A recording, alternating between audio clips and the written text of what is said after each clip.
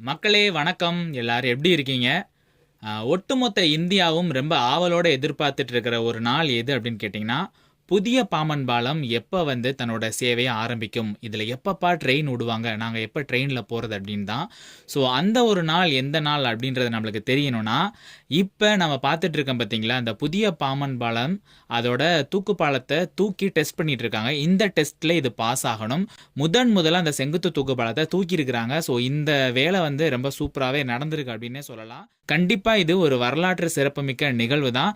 கூடிய விரைவிலேயே பாலத்தோட opening date வந்து அனௌன்ஸ் செய்யப்படும் அப்படின்னு நினைக்கிறேன். ஏன்னா இன்னைக்கு பார்த்தீங்கன்னா, அந்த பாலம் தொறந்ததுக்கு அப்புறம் வெடி விட்டு அப்படி இப்படின்னு பயங்கரமா அல்லோல் கல்லோல் படுத்திட்டாங்க.